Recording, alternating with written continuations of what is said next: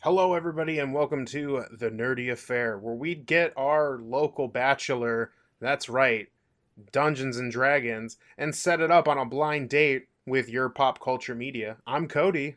And I am Joe. That's it. That's my funny intro. Nice. Good one. Yeah, 10 out of 10. Would do again. pretty dang funny. Hey Cody, what have you been up to, my friend? Anything fun? Anything cool? Anything nerdy?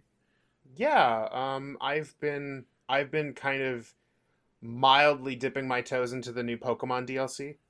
Oh, interesting. How is it? Are, Yeah, are you it's enjoying it?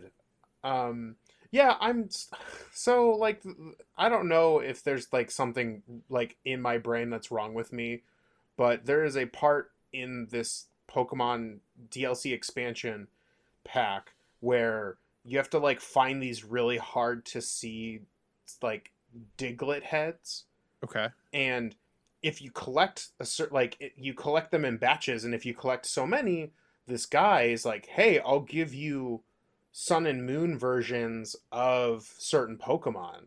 And I'm like, that's Interesting. cool because I didn't play all the way through Sun and Moon, so I didn't get a lot of those like cool Alolan Pokemon like the Ice Vulpix or whatever. Sure. So I'm like stuck on like trying to find them all. And let me tell you, it's been rough. Like they're really hard to find. Um, so that's what I've been up to. What about you? Have you ever heard of the secret Mickeys at Disney World? Yes, I've heard of the concept. I think it's in like Kingdom Hearts 3 as well, where you can find the Mickey Mouse head in like random spots. Yeah, I don't know. It seems like a very similar. It's basically that, except with Diglett heads, and the Diglett heads have like three little blonde hairs that stick up, and like that's your clue. That's the only way you can find it, and it's like, cool. I'm in a lush forest. I have to find three blonde strands in a field of grass. Cool. Doesn't sound like fun. It's Um, kind of a needle in a haystack situation. sounds like a good time. Mm-hmm. Mm-hmm. Yeah, I watched that that Hamilton that dropped on the Disney Plus. I'm seeing a lot of commercials for it. Is it recommended? Okay. Yes. I will. Okay. Yeah. Yes. Um. It's an interesting spot for me to be in, although not anymore because I turned my back on history. Um. It's a whole thing. Um. But it's a very effective piece of media, with very good emotions and very good writing and um, so some really cool, interesting visual things that like you can only really get from the theater. Um, I think that where my kind of issue with it comes from, and like this is a very pedantic, like nerdy historian thing, is just the fact that like it's an effective piece of media, but it's not very necessarily a great piece of history. But I also have the argument that like that biography in general isn't good history. But in any case, it's very entertaining. It's very enjoyable. And if you like it, go and find other books on the topic and like learn a little bit more and get other perspectives other than this very effective and entertaining piece of theater. Is kind of my elevator pitch for that. Also, I mean, it's Nice. just in my mind, it's just kind of cool that like Broadway, is something that I've always kind of loved as a theater kid. And it's one of those deals where like it just kills me how expensive it is, right? It's not like Right. it's not a cheap thing. And like, Hamilton and a lot of these big Broadway shows in like New York will do a daily raffle where like you can enter your name to win like either free or like incredibly inexpensive tickets and primo spots. Um, Sure. but like it is, I think it's like anywhere from 10 to 20 tickets out of like a 200 person theater audience, and like if you aren't one of the lucky people who get win the lottery, um though like cheap seats can go for like hundreds of dollars. Right. And so it's one Right. of those deals where it's just like, god, like make it, I say make it like movies, where it's like, like when when the original cast, say, let's just say the original cast is done, like film that last performance, and then after a set amount of time release it to a wider audience, so like people can experience it. And it's never going to be the same as like sitting in that theater and seeing it for real, and like really experiencing, like watching those characters, you know um like or watching those actors like do that thing for real. It's never going to be the same. But at the very least, like now everyone can say they had a chance to see Lin Manuel Miranda like present, and perform what is going to be his magnum opus, like, yeah, it's a weird little like pedantic thing, but pedantic isn't the right term here.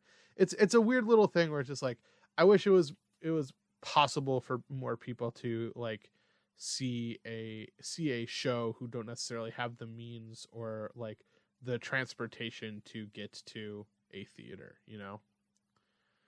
because even when they come to your city, like it's still not going to be cheaper. Right. I mean, um so like I don't know, maybe this is me being a fucking dumb, like I haven't been in the theater scene in such a long time that like, I've forgotten a lot of this stuff, or like I've never seen like Broadway productions of things, at least mhm, as far as my mind can tell. Like if I did, I was too young to appreciate it. Um but sure. I feel like with Disney kind of releasing this as a thing on their channel, like I feel like a lot of people would pay to like watch these as a, like, sure, it sucks that they can't see a, it in live, because I know like, seeing a live production is such a different experience than like watching it in the comfort of your own home. But like also, I think a lot of people would pay money to like when a show's over to be like, "Hey, I didn't get to see it because like I got fucked on the tickets or whatever." Like I would love to see like, Disney do more of these where Yeah, for maybe sure. like, granted, when everything is kind of settled down and we're no longer, having this world tour of things going on, like if there is a show, like have it run its course, and then after a while have like, oh, by the way, we recorded that last production, or like our favorite production of it, here is it with all like our cuts and our things, and you can only get it here or whatever. Like I guess some people may argue that like it devalues it a little bit when you know that it's going to come out on like Disney Plus or something, but like I mean, a I would lot of us disagree with can't that. afford to do like, I don't know, like after hearing about how much Hamilton tickets were going for Hmm. when Hamilton was around here, I was like, no wonder people want like an alternative. Like it sucks. Well, and like, I was able to go see it when it was in our hometown, just out of absolute sheer luck, right? Exactly. Like you either have to be Um, lucky or wealthy, and it's like I feel like Broadway could be an experience for everyone if you allowed it. And like I don't know, like give it some time obviously so that like people can enjoy like the, the production as it's going around. Don't put it on sure. Disney Plus before people have gone out, cuz people won't go. Yeah. But I when everyone has seen it, then give it out. And sure. like, and I bet you a ton of theater people, or people who are interested in the theater and Broadway, would love to watch that stuff. Yeah. Especially like, I would say like as soon as like the majority of that first run cast is like gone, Sure. like at that point, like, like, in the case of Hamilton, like when Lin Manuel Miranda decided he was stepping down as the role, like that's when they filmed it with, and it was very clearly with the intention of at some point releasing it. And I think that if nothing else, this is that litmus test to show that, yeah, there is in fact like a market for this. um Right, right. and then, kind of start seeing where it goes from there. Or like, hell, like, I think one of the unique things about the theater and the Tony Awards specifically is that they have a best revival category, where it's like, oh my gosh, like they put on this amazing production of like West Side Story, and that musical came out in the 60s, and there's now soon to be two movie versions of it. um but like, you know well, there's very clearly something about this particular cast that is like pulling out emotions that you might not experience elsewhere. And so, it's like, once again, like when that original run of this like super like impactful revival comes around, maybe that's when you consider, moving it to like, I don't know. It's something that I feel like it's something that gets tossed around every couple of years, where it's like, why isn't there a Netflix for Broadway and things like that? And I understand that it's probably difficult and like maybe not the easiest thing to pull off. um and of course I feel It's like, probably also expensive too. sure, Because, and like, I know when I was in theater, when we would do productions, like, we basically, there were a couple of, like, things in mind, but ultimately what ended up happening is our, whoever was the head of the Broadway, or, the production at our school, it was the cheapest one they could find because their budget was already so small. yeah. Because, like, people really wanted to do Little Shop of Horrors, but you can't do Little Shop of Horrors unless you buy all three of their like Seymour things, like the Hmm. various versions of him, like the one in the plant, and then like Yeah, the big one. I don't know what the intermediate one is. Maybe it's like the small. Anyways, not important, but like sure. that was upwards to like thousands of dollars to rent. To Uh-huh. rent. And you couldn't do the show without it. Like there was some weird clause in the thing where it's like, if you don't buy these things, you can't do the show. And it's like, well, guess we're not doing that. So it's like, I'm Hmm. sure there's like weird reasons why it's like super expensive to like put on something like Disney Plus. Sure. And I feel like too, like there's like, I don't know, I guess at one point in time there was an argument for the exclusivity of the thing, but like I feel like it just become like just too based on monetary. um but anyway, hey, let's go on a date, or the premise Well, of wait a this. minute. Oh, that's right. Do you see Hey, that? there's Do you see that you. off in the distance? It's you and a team of adventurers, or a group of adventurers. I Yeah. don't quite remember the verbiage of this It's a one. group of adventurers, but I give you points for saying team. Yeah, I mean, it's like, It's yep. the same thing. So anyway, this is you and a team of adventurers, group of adventurers, however you want to call it whatever you like. Where we come up with how would you describe this, Cody? We come up with the elevator pitch for a tabletop role playing game campaign. However, it is also the synopsis to your favorite book or media or whatever. And your goal is to figure out through the synopsis what media we are pulling from. Yeah, where are we drawing our inspiration from? All right, so I did last time. Right, and you'll have to remind me what it is again because It I've been racking my was brain. it was you and a team of adventurers have to find a quiet life after betraying your guild for a unique individual. Huh. And what was this again? Was this a show? It was a TV show. Yes. Is it Firefly? Ooh, that is a great guess. But Okay, it so is. not Firefly, but But I will give you partial credit. I will. yes, I Yeah. love partial credit. I was The Mandalorian. Ah, shit! Why didn't I think of that? Yeah. Yeah. I mean, I guess the only thing that leads it to not be Firefly is like I don't think they were actually technically part of any guild. Yeah, and that was the reason. Like in my head, I couldn't think of it, but like the first thing that came to my mind last week or the last time we recorded was Sure. Firefly.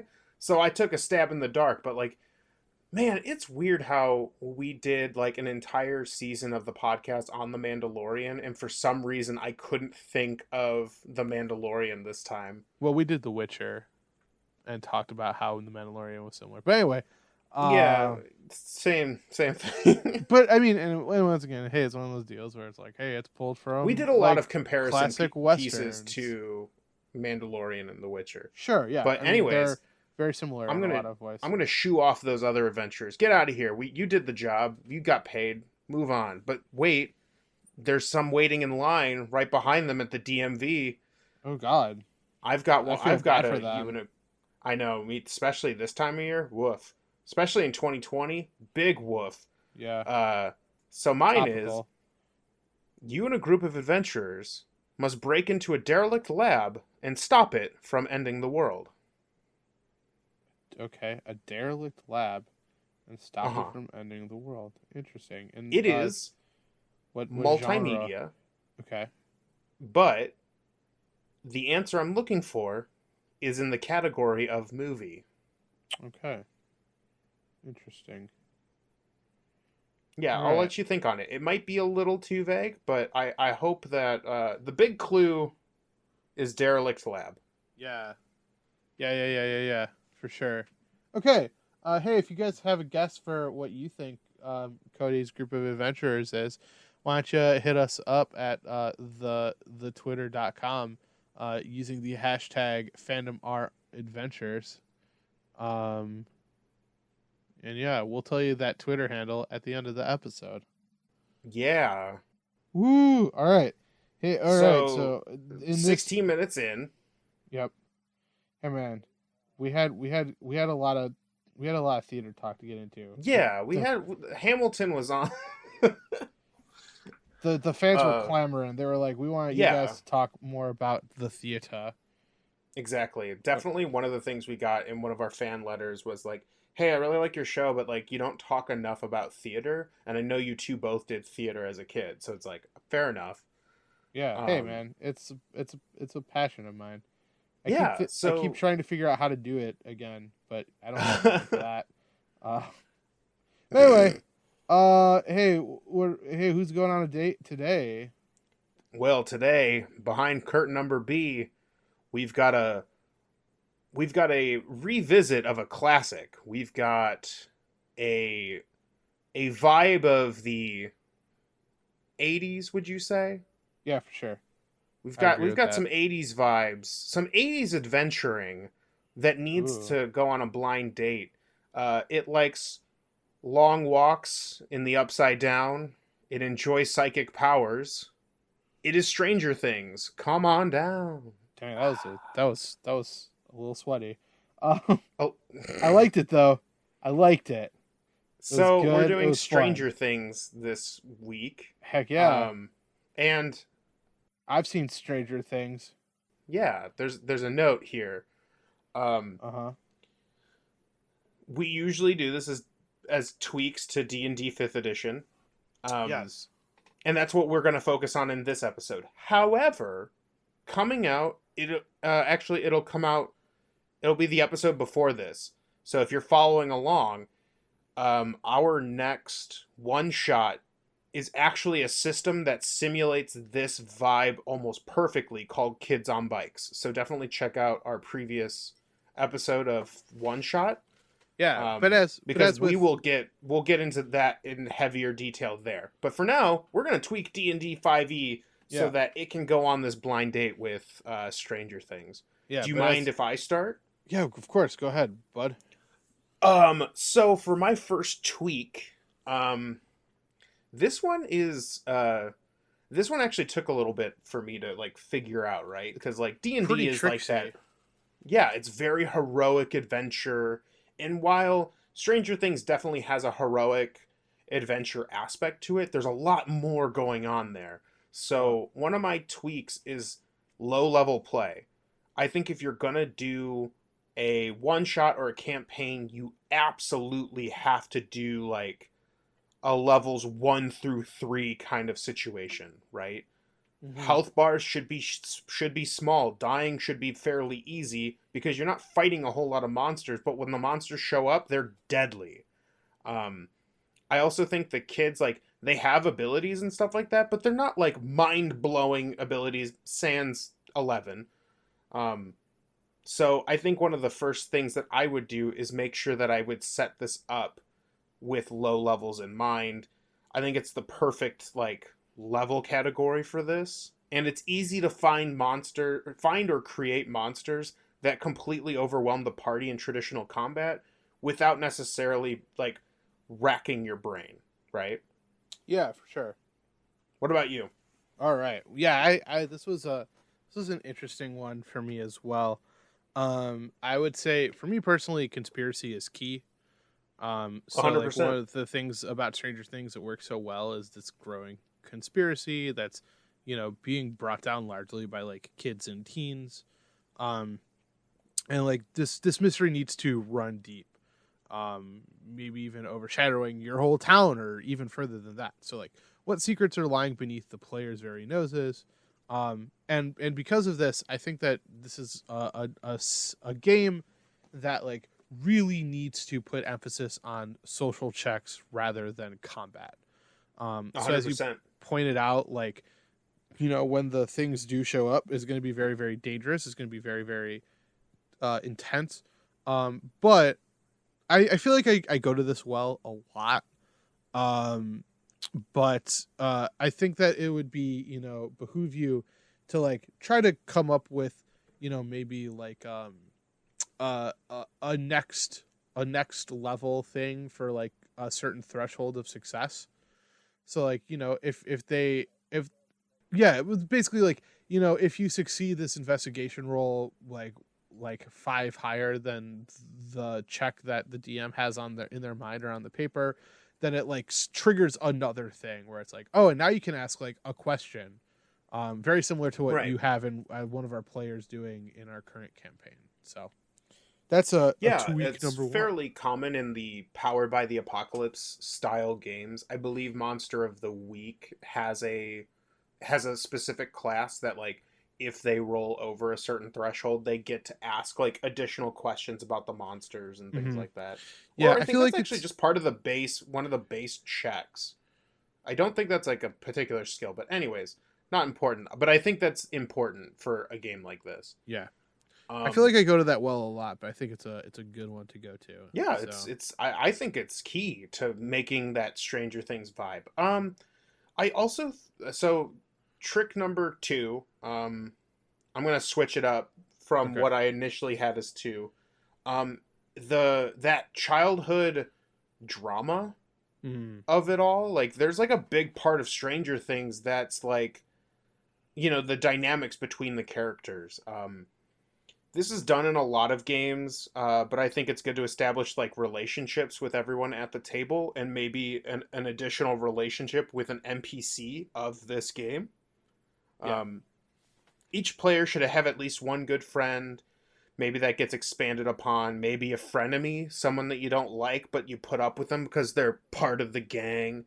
Um, Ideally, there should be a connection with everyone at the table, and even some of those connections, like migrating out to like NPCs that'll show up in the story. Um, I mean, shit, you can even have that weird, awkward teenage romance where like having the players have crushes on NPCs and playing like hamming up those moments of like awkwardness at the table, Mm-hmm. provided everybody's comfortable with that.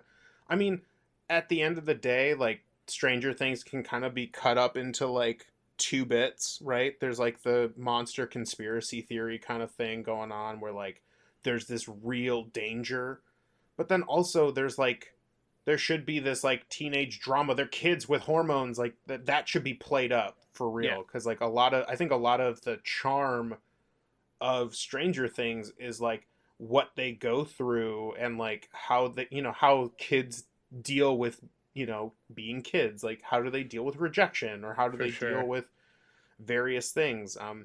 And you can do this with like NPCs. Like maybe the party can't convince a certain NPC to tell them what they want because they're mad at one of the players, and now they have to like convince the NPC or find an alternative method. Like there's ways to like include that as like, all right, well, you need information from this person, but they have a crush on one of the characters. So like maybe you can kind of ham up that romance for a little bit to like get the thing you want or things like that. And that's like very on point with what Stranger Things is, you know? Sure. Or like that style of like adventure where it's kind of like that almost pulpy like kids adventure Yeah. is like dealing with the drama of being a child. uh, for sure. I agree totally with that. Okay, Nice. this next one is gonna make me sound a little bit like a bad guy. What? I don't think that you should have any like powered PCs, Okay. or it should very much be like an all or nothing, and that should really change the dynamic. Because I know in Stranger Things they've expanded the mythology enough to suggest that 11 is the 11th in a line of experiments, potentially the last one, although we don't know. Um, and I don't necessarily think it would be fair to everyone at the table if like only one person can like, unless people are chill with it, to only have like one person be able to like warp the very fabric of reality. Um Yeah. Now that being said, so make it a very all or nothing and kind of expand on there. So like if you have them uncovering like a secret pod of experiments who are just doing their best and trying to live their lives, um perhaps that could work for a campaign. But if you're trying to go for like a very simple Stranger Thing vibe, have a powerful NPC that will help them out. But Yeah.